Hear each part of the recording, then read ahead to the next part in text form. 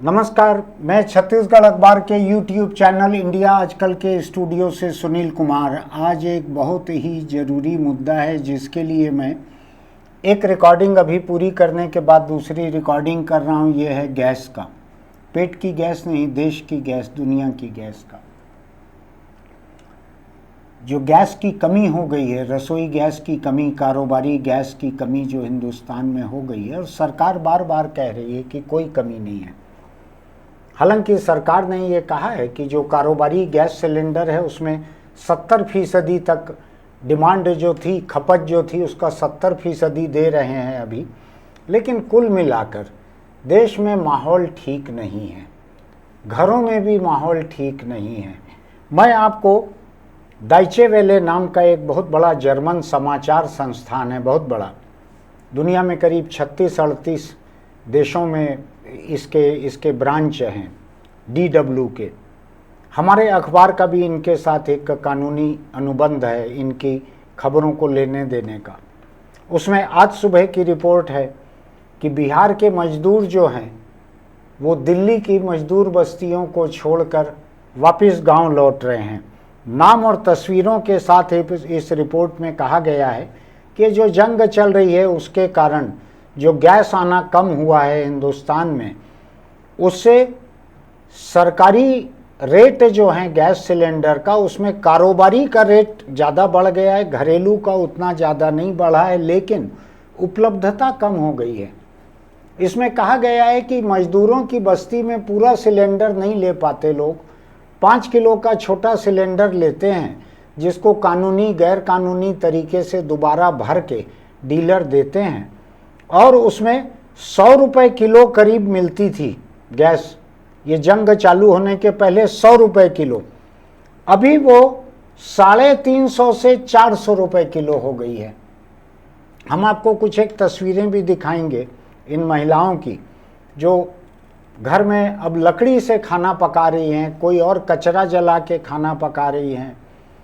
सरकार के बारे में कहा जा रहा है कि वो मिट्टी का तेल एक बार फिर देने वाली है लोगों को। मैं ज़्यादा दहशत पैदा करना नहीं चाहता कि गैस की बहुत कमी है। जो अलग अलग भरोसेमंद खबरों से जो जानकारी मेरे पास आई है, मैं केवल उसी को आपको दे रहा हूँ। कुछ 10-12 दिन पहले हमने आपको बतलाया था कि सूरत छोड़कर मजदूर किस तरह से अपने गांव लौट रहे हैं। वहाँ बहुत बड़ा टेक्सटाइल उद्योग है, सूरत में कपड़ा उद्योग बहुत बड़ा है। छोड़ छोड़ के लोग निकल जा रहे हैं, कारखाने जो हैं आधे से कम कैपेसिटी में चल रहे थे। मजदूर एक बार गांव चले जाते हैं तो जब तक उनको जंग, खाड़ी की, ईरान की जंग जब तक खत्म होते नहीं दिखेगी तब तक वो आसानी से नहीं लौटेंगे। शहर में तो खाने पीने का इंतजाम नहीं है। बहुत सारे मजदूर सड़क किनारे, फुटपाथ के किसी ढाबे पे, किसी खोमचे पे, ऐसी जगहों पे खाते हैं। उनकी हालत भी ख़राब है, गैस नहीं मिल रही है उनको। तो खाना पीने का जब ठिकाना नहीं है, 10 मजदूर एक मकान लेके रहते थे, खाना पकाते थे, अब सिलेंडर नहीं मिल रहा तो गांव चले जा रहे हैं लोग। ये वो खबर बहुत सारे अखबारों में थी गुजरात के सूरत की, लेकिन मुझको आज एक खबर देखने मिली है कि गैस की कमी के बारे में जिन लोगों ने गुजरात में पोस्ट किया था सोशल मीडिया वगैरह पे, उसमें से शायद 10 लोगों को वहाँ गिरफ्तार किया गया है गुजरात में। मैं नहीं जानता है। तो सूरत से मजदूर छोड़ के निकलने की खबर, उनके फोटो वीडियो, सूरत के रेलवे स्टेशन, सूरत के बस स्टैंड पर हजारों लोगों की भीड़, ये तो सबने देखी है, मैंने भी देखी है फोटो वीडियो में। अब हालत यह है कि दिल्ली की जो ये रिपोर्ट आई है, दिल्ली की कच्ची बस्तियों में 50 लाख से अधिक आबादी रहती है, जिसमें दसियों लाख प्रवासी मजदूर हैं। प्रवासी मजदूरों की बस्ती है ये, घर बार को भी आमतौर पर छोड़कर आते हैं, अकेले रहते हैं। गैस सिलेंडर मिल नहीं रहा है। लकड़ी जो है 10-12 रुपए किलो जो मिलती थी, अब 20 रुपए किलो मिल रही है। लोग लकड़ी खरीद कर इकट्ठा करके रख रहे हैं कि कोरोना जैसी नौबत ना आ जाए, भूखों मरने की। नौबत खराब है ये। मैं नहीं कहता कि सरकार गैस सप्लाई कर रही है कि नहीं, वो सरकार जाने, वो अपने आंकड़े देते रहती है सरकार। लेकिन मैं देख रहा हूँ कि खाना पकाने से परे भी कौन कौन सी ऐसी चीज़ें हैं हिंदुस्तान में जो प्रभावित हो रही हैं। एक तो ये है कि खाना पकाने की गैस न मिलने से लकड़ी, कचरा, कागज, पुट्ठा जला के जो महिला खाना बना रही है वो एक बार फिर उस धुएं को ले रही है, जिसके कारण हिंदुस्तान में 10 लाख मौतें हर साल होने का अंदाज बर्कले यूनिवर्सिटी अमेरिका की है। उसके एक नोबेल पुरस्कार विजेता ने, जो भारत में आके 50 साल से काम कर रहे हैं, उन्होंने एक इंटरव्यू में मुझको 2-3 साल पहले बताया था 10 लाख महिलाएं घरेलू चूल्हे के धुएं से बेवक्त मर जाती हैं हिंदुस्तान में। नोबेल पुरस्कार विजेता एक वैज्ञानिक का ये 50 साल के अध्ययन का तथ्य था। अब महिलाएं फिर उसी चूल्हे की तरफ जा रही हैं। खेती के ऊपर एक संकट आ रहा है, क्योंकि गैस जो आती है उस गैस से खाद बनता है, यूरिया और दूसरा खाद बनता है उससे। अभी गैस का जो संकट है, ये खाद बन पाएगा नहीं बन पाएगा, आएगा नहीं आएगा। खाद भेजने वाले 2 और देश, यूक्रेन और रूस, वो अपनी लड़ाइयों में लगे हुए हैं। पूरी दुनिया में ये फसल के ऊपर एक खतरा छाया हुआ है, हिंदुस्तान उससे अछूता नहीं है। डर रहे हैं लोग, खाद मिलेगा कि नहीं, अगर नहीं मिलेगा तो फसल कम होगी, वो एक खतरा और खड़ा होगा। स्टील, कांच, सिरेमिक ऐसे उद्योग जो हैं, इसमें गैस का बड़ा रोल रहता है, बड़ी भूमिका रहती है गैस की। इनको गैस नहीं मिल पा रही है। इनमें कई जगह, मैं गुजरात के मोरबी, जहाँ सिरेमिक टाइल्स, सिरेमिक सामान बनते हैं, जो बाथरूम की फिटिंग्स रहती है वो बनती हैं, वहाँ पर गैस की कमी और गैस के ऊंचे दाम के कारण कई फैक्ट्रियों ने प्रोडक्शन आधा कर दिया है या टेम्पररीली उनको बंद कर दिया है फैक्ट्रियों को। लागत बढ़ने से जो भारतीय सामान एक्सपोर्ट होता था उसके दाम बढ़ गए हैं।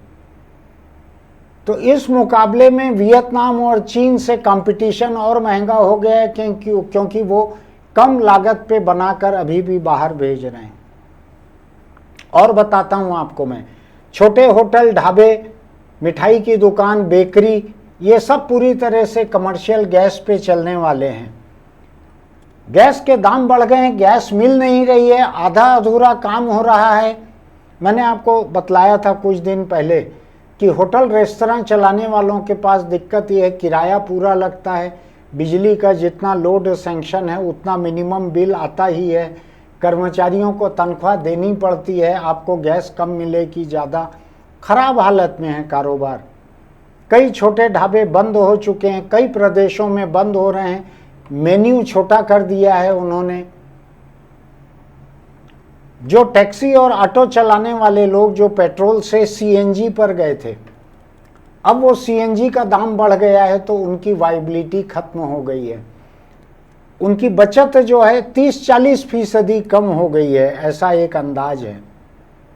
कारखाने जब अपनी कैपेसिटी से कम पे काम करते हैं तो छंटनी करते हैं, ठेका मजदूर हटा देते हैं और मजदूरों को हटा देते हैं। मोरबी, जहाँ सिरेमिक का देश का सबसे बड़ा उद्योग है, फिरोजाबाद कांच का उद्योग है, यहाँ पे हजारों लाखों मजदूर जो हैं ये बेकार हो रहे हैं। हर कोई चूँकि नौकरी पे नहीं था, रजिस्टर पे नहीं था, इसलिए उनको हटाने के रिकॉर्ड मिल नहीं रहे हैं पूरे। लोग अपने कारखानों वाली बस्तियों को छोड़कर गांव लौट रहे हैं। आंकड़े बतलाते हैं कि भारत की गैस की जो ज़रूरत है उसका आधा हिस्सा इंपोर्ट होता है, आधा हिस्सा। तो जब तक ये ईरान की जंग ख़त्म नहीं होगी, जब तक वहाँ से टैंकर आना ठीक से शुरू नहीं होंगे, ये एक दिक्कत बनी रहेगी। मैं कोई अफवाह नहीं उड़ा रहा हूँ, मैं लोगों को दहशत में भी लाना नहीं चाहता हूँ।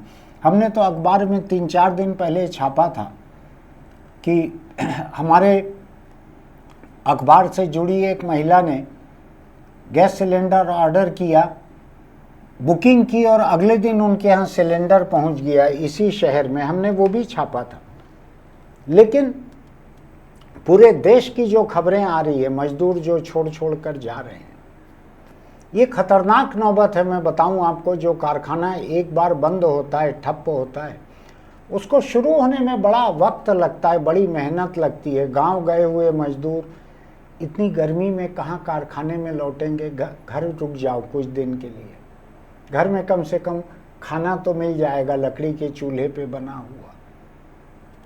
देश को सोचना चाहिए, देश को सोचना पड़ेगा कि गैस की ऐसी कमी, कल के दिन अगर ये पेट्रोल डीजल की कमी दुनिया के बहुत सारे देशों में हो चुका है।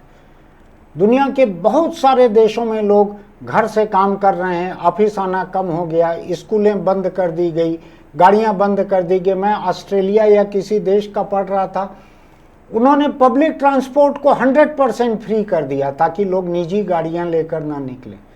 जिस बस में, ट्राम में, मेट्रो में चढ़ना है चढ़ो, सब फ्री। ऐसी नौबत है दुनिया में। मैं नहीं जानता कि अभी भारत में ऐसी नौबत का कोई खतरा है नहीं है, सरकार ज़्यादा बताएगी, मुझको नहीं मालूम है। लेकिन सार्वजनिक परिवहन की तरफ बढ़ना ये कैसी मजबूरी है, अभी दिख रहा है उन देशों से जहां सारे पब्लिक ट्रांसपोर्ट को 100% फ्री कर दिया गया। सावधान रहिएगा। गैस की कमी, पेट्रोल डीजल की कमी, खाद की कमी, रोजगार चले जाना, कारखाने बंद हो जाना, सामान नहीं आना, एक्सपोर्ट घट जाना, जिससे आप अगर किसी गैर कारखाने वाले कारोबार में भी हैं तो भी असर हो सकता है आपके ऊपर। सावधान रहिए, बस इतना कह सकता हूं मैं। आपको लगता है कि ये चेतावनी, ये जानकारी का वीडियो आपके दोस्तों के भी काम का हो सकता है, उनको भी बढ़ाइएगा। फिर मिलेंगे हम। आप अगर हमारे YouTube चैनल को तर्कसंगत पाते हैं तो इंडिया आजकल सब्सक्राइब कीजिए, लाइक कीजिए, नोटिफिकेशन की बटन दबाइए, कमेंट बॉक्स में लिखिए आपका क्या कहना है। चलते चलते छोटी सी सलाह, अगर आप दोपहियों पर चल रहे हैं तो हेलमेट लगाकर चलिए, चाहे चलाएं चाहे बैठें। मैं आपको एक फ़ोटो दिखाता हूं। अभी एक कोई मोपेड वगैरह पे एक कोई बुजुर्ग आदमी था, जा रहा था, अचानक कुछ हुआ, उछली मोपेड, कुछ हुआ, किनारे जाकर एक खंबा लगा था जिस पे सरकारी नोटिस लगा था, किनारे था कि सावधानी से गाड़ी चलाएं, ऐसा सरकारी बोर्ड लगा था चेतावनी का। उसी से टकरा गया और मर गया। हेलमेट नहीं लगा था। हेलमेट रहता तो हो सकता है कंधा टूटता, हाथ पैर टूटता, कुछ होता, सिर बच जाता, दिमाग बच जाता। मर गया वो आदमी वहां पे। मैं आपको फोटो दिखाता हूँ। बुरा लगता है मुझको कि मैं लगातार जोर जोर से रोज बोलता हूँ, कोई असर होता नहीं है उसका। फिर मिलेंगे।